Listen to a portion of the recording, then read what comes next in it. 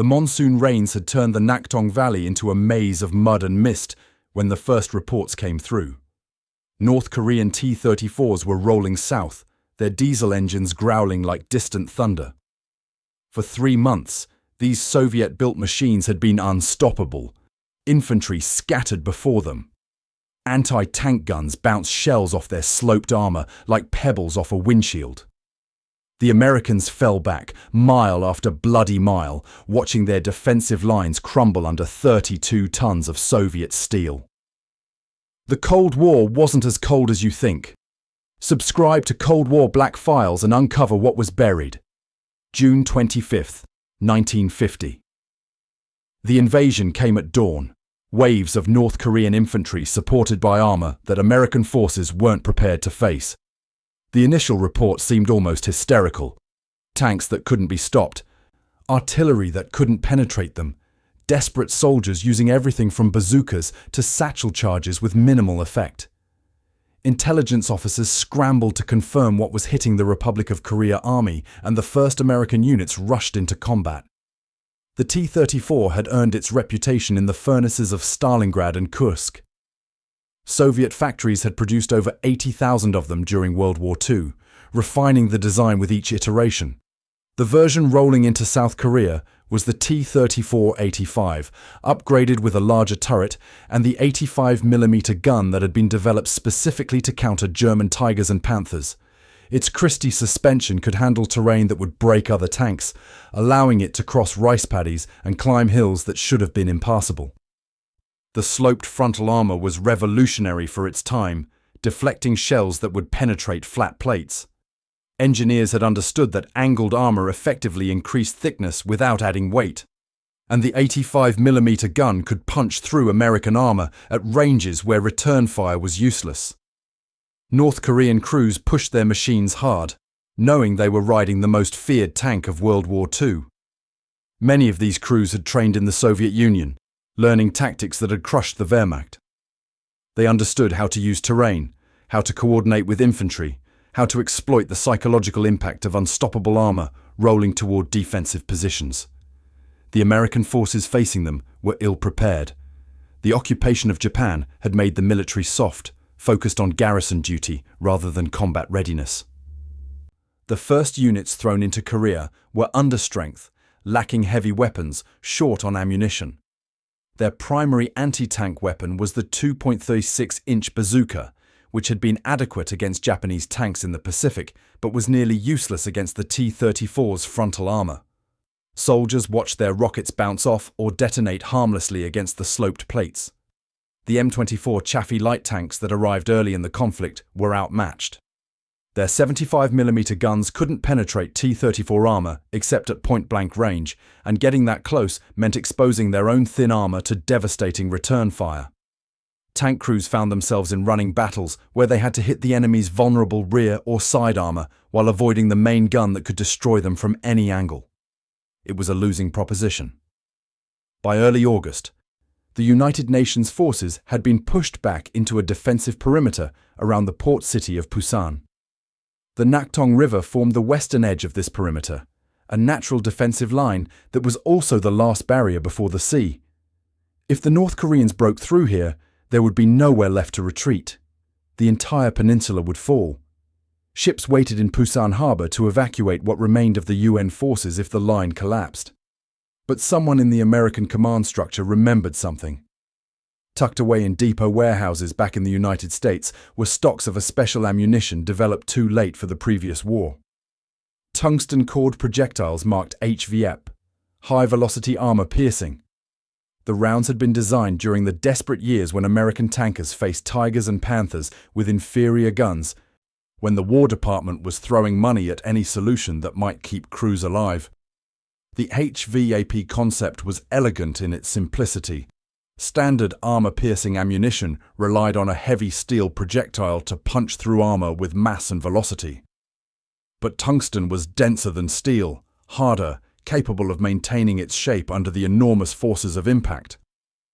By surrounding a tungsten core with a lighter aluminum shell that fell away after firing, engineers created a projectile that could maintain higher velocity and deliver concentrated force on a smaller impact point.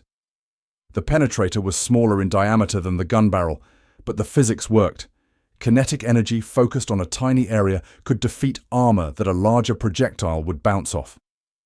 The development had come too late to see widespread use in Europe. By the time production ramped up, the German armor threat was collapsing under weight of numbers and strategic bombing. The tungsten rounds were manufactured, shipped to depots, and then largely forgotten as the military pivoted to occupation duty and demobilization. Thousands of rounds sat in wooden crates, their potential unrealized, while the War Department debated what to do with stockpiles of specialized ammunition in a peacetime military. Now they were being rushed to Korea in crates marked urgent. Transport planes carried them across the Pacific. Ships loaded them in priority cargo holds. The ammunition represented a stopgap measure, a way to give American tankers a fighting chance until heavier armor could be deployed. But the logistics were complicated. Tungsten was expensive, production capacity was limited, and the rounds were being distributed based on need rather than abundance. The Sherman crews looked at their tanks with bitter humor. The M4A3E8 was supposed to be obsolete, a relic being phased out for newer designs. The Army was already transitioning to the M46 pattern, a proper medium tank with heavier armor and a better gun. The Shermans were supposed to be in storage or sold off to Allied nations, not fighting a new war against Soviet-designed armor. But the patterns weren't available in sufficient numbers, and logistics favored the Sherman. Parts were plentiful, crews knew the systems, and the tanks could be shipped quickly. The 76mm gun was adequate, but not impressive. It had been an improvement over the original 75mm when introduced in 1944, capable of defeating most German armor at reasonable ranges. But against the T-34-85's sloped frontal armor, it struggled. Standard armor-piercing ammunition would penetrate only under ideal conditions: close range, perfect angle, lucky shot placement. Tankers who had fought in Europe knew the sinking feeling of watching their rounds ricochet off enemy armor. The armor was vertical, old-fashioned, vulnerable. American tank designers had stuck with vertical plates for manufacturing simplicity and internal space, rejecting the sloped armor that Soviet and German engineers favored. This made the Sherman easier to produce in vast quantities, but it meant that the effective armor thickness was lower than the nominal measurements suggested. A sloped plate could deflect rounds that a vertical plate of the same thickness would let through. Some crews had painted their tanks with sardonic names, accepting they were riding in coffins. Second Chance, Borrowed Time, Rolling Graveyard. The names reflected a grim understanding that they were outgunned and outarmored. Tank warfare was already hazardous.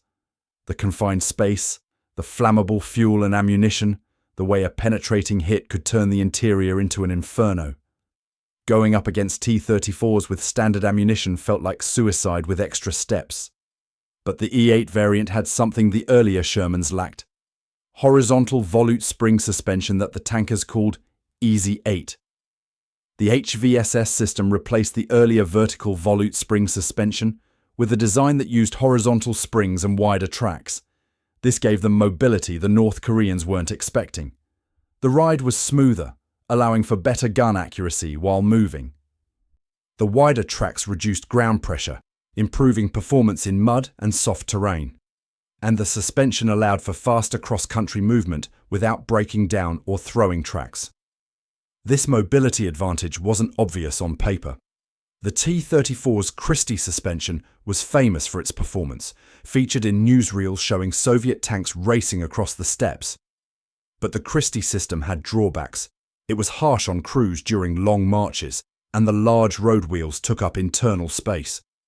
The HVSS gave Sherman crews a tank that could reposition quickly, take advantage of terrain, and maintain fighting capability after hours of movement. The HVAP rounds arrived without fanfare. Armourers distributed them with minimal instruction. Wooden crates were pried open to reveal ammunition that looked almost identical to standard rounds, distinguished only by markings and a slightly different weight distribution. The tungsten penetrator sat in a light aluminum shell that fell away after firing, allowing the dense core to maintain velocity. At close range, these rounds could defeat armor that standard ammunition couldn't touch, but there were never enough of them. Each tank might receive a dozen HVAP rounds when a full combat load was 70 or more total rounds. Crews were told to use them sparingly, make every shot count. This created impossible decisions. Do you use the special ammunition on the first enemy tank you see, or do you wait for a better opportunity and risk losing the initiative? Do you fire at maximum range when detection is certain, or do you hold fire and let the enemy close to increase hit probability? Gunnery sergeants gave quick classes on the ballistics. The HVAP rounds had different trajectories than standard ammunition because of their lighter weight and higher velocity. Range estimation became critical. The tungsten cores could penetrate the T-34's frontal armor at ranges where standard rounds were useless, but only if the gunner compensated correctly for the different flight characteristics. And there was no time for extended practice. The ammunition arrived and the tanks rolled out to defensive positions. The terrain favored ambush. The Nakhtong River created natural choke points, and the valley roads wound through hills thick with vegetation. Rice paddies limited the routes armor could take. Ancient irrigation systems created small terraces that could hide a hull-down tank. The hills were covered with pine forests and undergrowth that provided concealment. American commanders positioned the Shermans in hull-down positions, turrets barely visible, with clear fields of fire across the likely approach routes. Combat engineers scraped out firing positions with bulldozers, creating berms that protected the lower hull while allowing the gun to traverse. Infantry dug in around the tank positions, providing security against infiltrators who might try to approach with satchel charges or magnetic mines. Artillery forward observers positioned themselves to call in fire support.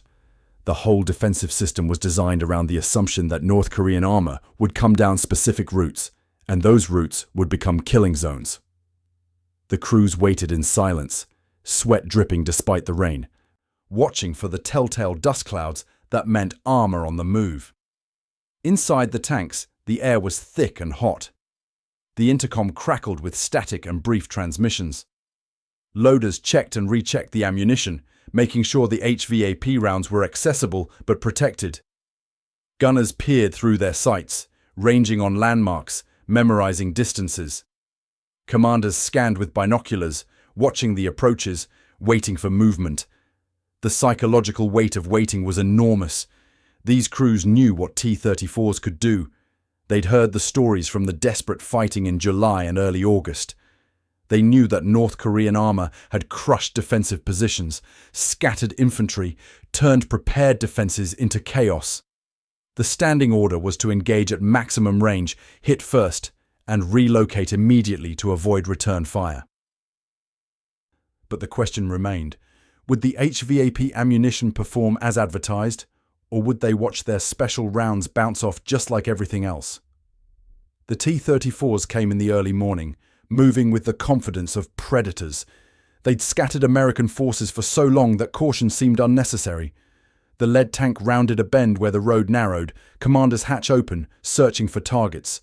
He was visible from the waist up, scanning with binoculars, probably reporting back to his unit that the route was clear.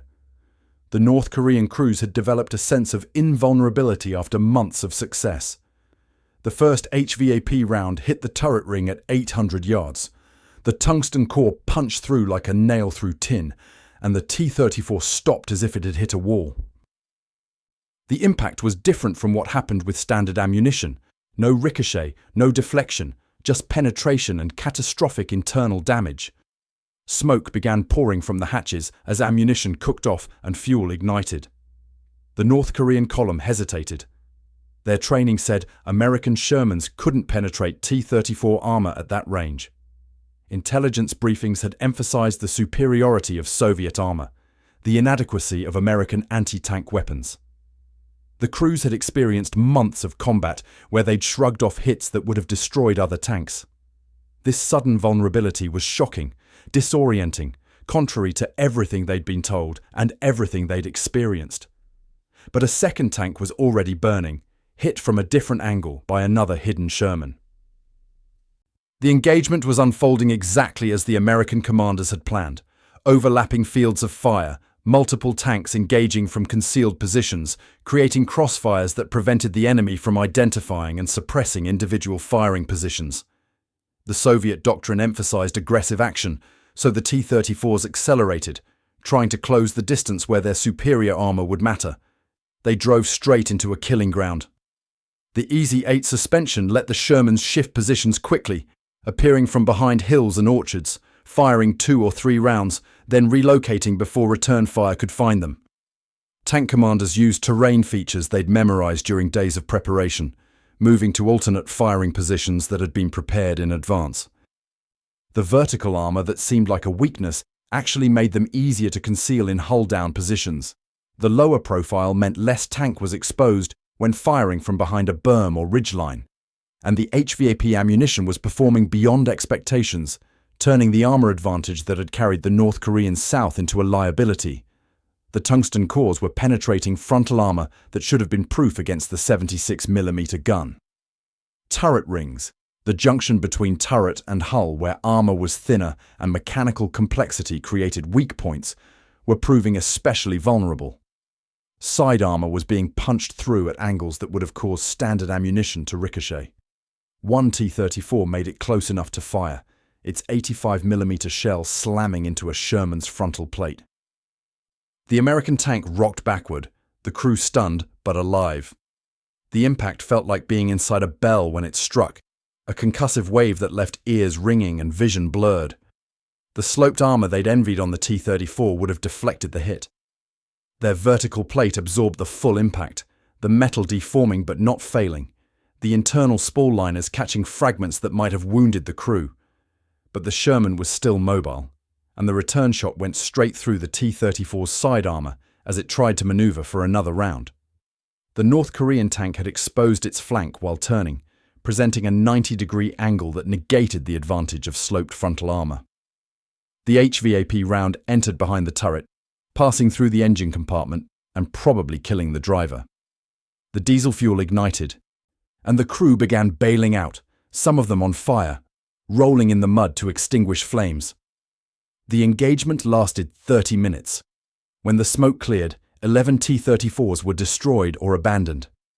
2 Shermans were knocked out, neither with complete crew casualties. The North Korean advance in that sector stopped cold.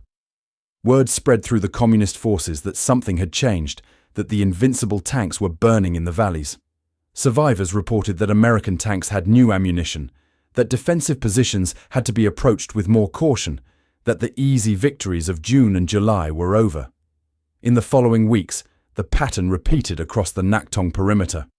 Sherman crews learned to exploit their advantages, the gun stabilization that let them fire accurately while moving, the faster turret traverse, the reliability of the engine that kept them running when T-34s broke down in the mud. The M4 had been designed for mass production and ease of maintenance. Parts were interchangeable. Crews could perform field repairs that would require depot-level maintenance on a T-34. This reliability became crucial in sustained combat. The HVAP ammunition remained scarce, each round precious, but the psychological impact was enormous. North Korean armor began approaching more cautiously, losing the momentum that had brought them so far south.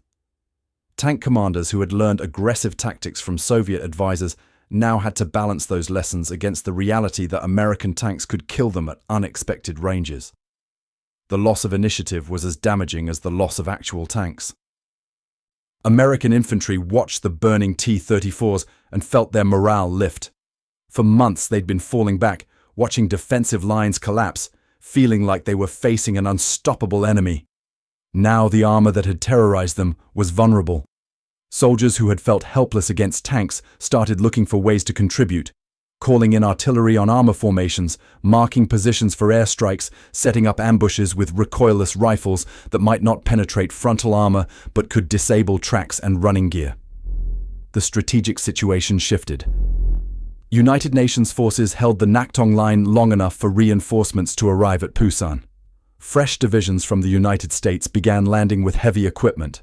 The M26 Pershing heavy tanks arrived, bringing 90mm guns that could defeat T-34 armor with standard ammunition.